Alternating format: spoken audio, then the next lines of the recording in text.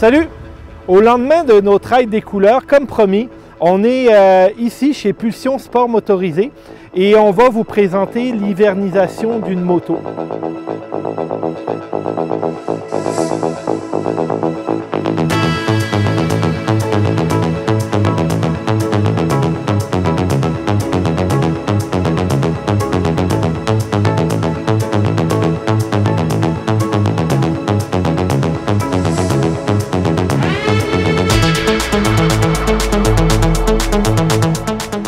Mais avant, on va se diriger vers le showroom pour vous montrer, il y a des petites surprises à l'intérieur. Suivez-moi.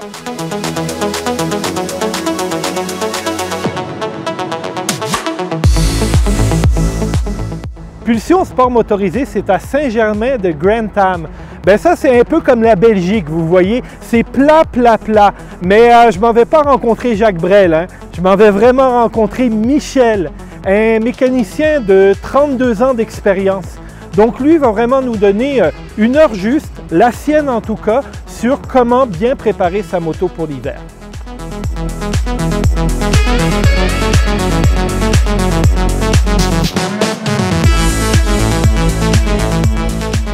Salut Michel! Salut Arnold! Bienvenue chez Pulsion Sport Motorisé. Ben, ça me fait plaisir d'être là avec toi. Donc aujourd'hui, on te rencontre pour une petite préparation pour l'hiver de la moto. Parfait. Et en plus, tu nous accueilles devant cette superbe GSXF, GSXS 1000F, c'est cela? Oui. Ouais, belle moto. Donc nous, on va juste regarder un petit peu l'intérieur du magasin, puis on te rejoint après pour l'hivernisation. On se rejoint dans tout. Super, merci.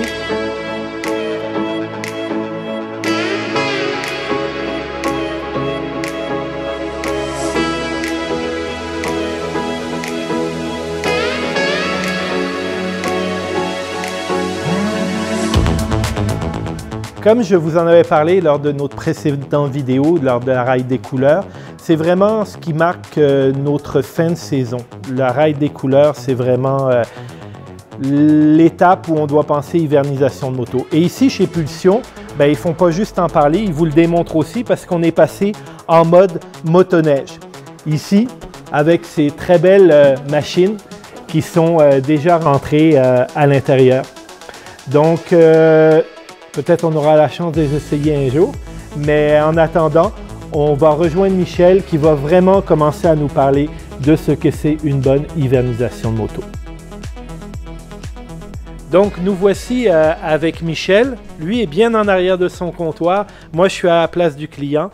Et Michel, c'est mon premier remisage d'hiver. Donc, qu'est-ce que je dois faire du début jusqu'à la fin? On va commencer par les dangers d'un mauvais storage. Les dangers, c'est l'humidité. Parce que l'humidité, c'est de l'eau. Puis de l'eau, ça fait rouiller les parties qui sont tous les métals à nu, comme les disques de frein, l'intérieur de la réservoir d'essence. Ensuite de ça, on a les lubrifiants. Quand les lubrifiants sont usés, souvent le monde nous pose la question, on change l'huile avant ou après. Écoute, si l'huile est usée, c'est mieux de la changer avant l'hibernation. Ensuite de ça aussi, les rongeurs. Fait qu'avec les rongeurs, le problème qu'on a aussi, c'est que ça ronge les fils. Ça l'amène toutes sortes de moulés pour animaux, n'importe quoi. Là, des corps étrangers. Des corps étrangers dans les filtres à l'air. On en voit dans les silencieux. C'est assez un problème qu'on voit répétitif. Et la chaleur. Souvent, le monde va nous dire aussi, ah, j'ai pas de problème, j'ai pas d'affaire à l'hiverniser parce que je la laisse au chaud. Ouais, mais trop chaud, bon, l'essence s'évapore plus rapidement. Hein, fait que c'est tous les principaux problèmes qu'on peut retrouver à un mauvais storage. Fait qu'on va commencer par laver la moto pour enlever les insectes puis mettre un beau nettoyage de notre moto. Faudra vérifier aussi nos lubrifiants. Est-ce que nos lubrifiants sont dû être changés? S'ils sont dû être changés, on change toujours avant de bon storage pour la moto. Ensuite de ça aussi, on va aller faire notre petit ride de 10 minutes, vu qu'on a mis du stabilisateur d'essence. On va aller remplir notre réservoir plein. En revenant, notre prochaine étape, ça va être de vérifier la pression des pneus. Puis si les pneus trop mous ou trop durs, c'est pas bon non plus. Fait que je conseillerais autour de 30 livres par pneu. Durant l'hiver, ça va être correct. Et on va finir ça pour enlever la batterie. Puis notre moto est prête à storer. Arnold, je vais t'inviter dans le garage. On va aller après de la moto. On va regarder qu'est-ce qu'on peut faire comme petit geste qui va être très utile. C'est parfait, Michel. Moi, de mon côté, je vais te poser 2-3 questions rapides. Tu nous as parlé de changer les lubrifiants, de regarder ça avant. Donc, je voulais savoir, avant de changer les lubrifiants, est-ce qu'il y a des indicateurs? Est-ce que c'est le temps? Est-ce que c'est l'odeur, la couleur qui nous incite à faire ces vérifications-là? Parfait. Pour l'antigel et les lubrifiants pour les freins et l'embrayage, c'est la couleur, l'odeur, ou ben non, c'est au maximum 4 ans. Fait que si vous avez la moto depuis 6 ans, ça n'a jamais été fait. Cette année, c'est la bonne année. C'est la bonne année. Parfait. Bon, l'autre question que j'avais pour toi, tu nous as parlé des pneus. On parle de 30 livres environ. Ça serait quoi les conséquences d'un pneu surgonflé ou dégonflé? Bon, on a un pneu dégonflé. Le problème, c'est que si vous mettez la moto sur le gros pied ou si c'est juste un pied simple, ça peut faire des plats. Un petit plat sur les pneus quand la pression est à, exemple, 10 livres. Ça arrive souvent qu'on prend des motos qui ont juste 10 livres de pression dans les pneus aussi. Trop gonflé, bien, le pneu, il peut chercher à craquer selon la température, selon ce que vous êtes aussi. Fait qu'à 30 livres, le pneu, il prend sa forme, puis je vous dirais que c'est pas mal de la pression à tenir à sa place, là. Fait que Michel, il y a quelques produits aussi que tu aimerais nous présenter pour faire un bon remisage. Je vais te laisser les présenter puis dire un petit peu c'est quoi les caractéristiques de chacun de ces produits. Alors, on a le stabilisateur d'essence, qu'il y a plusieurs compagnies qui fabriquent, puis il y a toute la posologie qui disent comment en mettre. Normalement, c'est toujours marqué à l'arrière de la bouteille.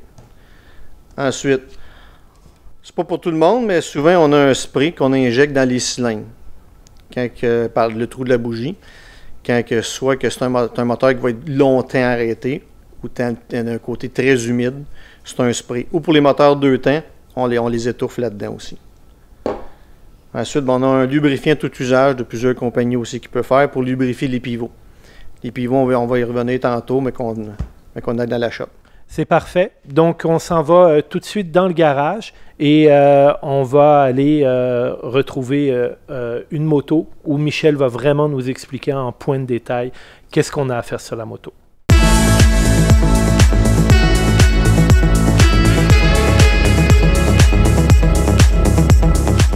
Michel, on est rendu dans ton atelier ici et on est devant une moto qui est prête pour son remisage d'hiver. Si je fais un petit récapitulatif de ce que l'on a à faire, c'est laver notre moto, en fait, en tout premier lieu, laver notre moto.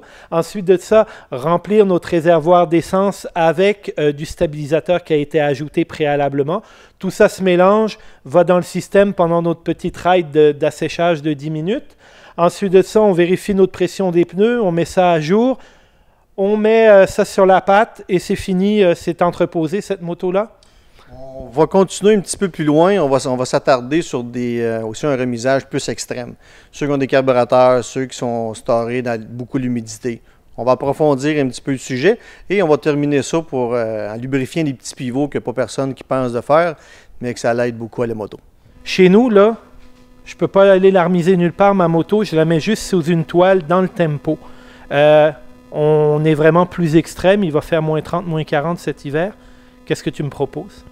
Là, pour des conditions comme que tu parles, qui va faire de température froide, frima sur le métal, humidité, là, il faut aller un petit peu plus en profondeur. Là, c'est là qu'on enlève la bougie, qu'on injecte un spray pour empêcher l'humidité d'aller toucher la paroi du cylindre, parce que le cylindre, c'est une mise à nu. Fait qu'il faut vraiment injecter du lubrifiant. Tu sais, tantôt, tu parlais d'une goutte d'huile dans le cylindre, que tout le monde fait ça. Mais une goutte d'huile, c'est pas assez. C'est un lubrifiant à spray, ça c'est comme un genre de mousse qui va gonfler dans la chambre, à l'intérieur du cylindre, puis qui va tout aller mettre un petit dépôt partout, qui va nous aider à prévenir des gros problèmes.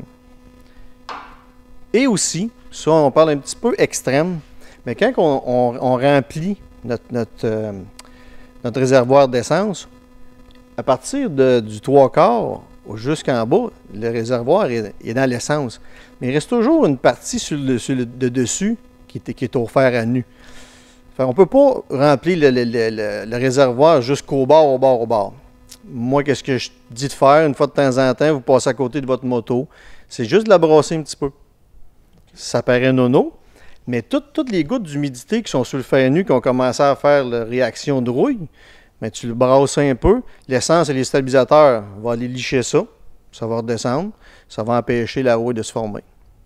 Un excellent truc que je ne connaissais pas du reste, donc ça va être bon, je vais pouvoir appliquer ça sur ma moto. Je regarde cette moto-là, on parle d'aller enlever la bougie, ces choses-là. Entre toi et moi, c'est vraiment pas accessible. Donc, pour ce genre de travail-là, on va chez notre concessionnaire parce que vous êtes équipé pour. On amène la moto de préférence sur un trailer, puis on la ramène sans la faire rouler un coup qu'elle est bien préparée pour l'hiver, on va dire. Effectivement. L'avantage de venir chez un concessionnaire moto, c'est aussi que vous avez tous les outils. Il y en a des spéciaux pour le monde de la moto. Peux-tu nous en montrer un? Oui, je peux te montrer un outil pour lubrifier les câbles. C'est un petit outil qu'on installe dans le câble, qu'on injecte du lubrifiant. Puis quand on le fait, là, c'est vraiment, on voit l'humidité, la saleté, les poussières sortir. Puis ça peut éviter un bris. Puis un bris de câble d'embrayage ou de câble à gaz, c'est pas trop plaisant. Une autre réalité, les gens qui ont des motos à carburateur. Bon, il y en a presque plus, on s'entend, mais là encore, il y a plein de mythes sur les carburateurs. On laisse ça plein, on vide. On fait quoi exactement avec ça? Pour les carburateurs, ben, là, il faut avoir mis notre stabilisateur d'essence, faire le même ouvrage qu'on a tout répété depuis tantôt. Sauf que pour les carburateurs, on va fermer la valve à gaz, la valve à essence. On va purger les carburateurs pour faire sortir le maximum d'essence qu'il y a dedans. Et un coup de tout vidé, nettoyer, essuyer, on va essayer de partir la moto avec le choke, le levier de choke au maximum. Elle ne partira pas, mais ça va juste finaliser d'enlever un petit peu d'essence dans les conduits du carburateur. Et avec ça, on va essayer de sauver le gommage fait par l'évaporation d'essence durant l'hiver. Tu nous as parlé tantôt de lubrifier les pivots, donc on va te suivre autour de la moto pendant que tu vas le faire, mais l'importance de cette opération-là, c'est? Encore là, pour dégager ce qui peut être causé par l'humidité, l'eau, toutes sortes de débris, pour déloger ça, que ça se mette à mieux travailler. Bien, ça fait le tour pour le remisage de la moto. Je te remercie beaucoup de nous avoir accueillis ici au garage. Je te serre la pince, hein? Et puis, on pourrait se revoir, j'imagine, pour le déremisage du printemps. On a déjà hâte. Bon, mais c'est parfait. Sur ce, moi, je vous invite à partager, à liker et à laisser des commentaires si la vidéo vous a plu. Ensuite de ça, vous allez retrouver toutes les informations de chez Pulsion Sport Motorisé dans la description.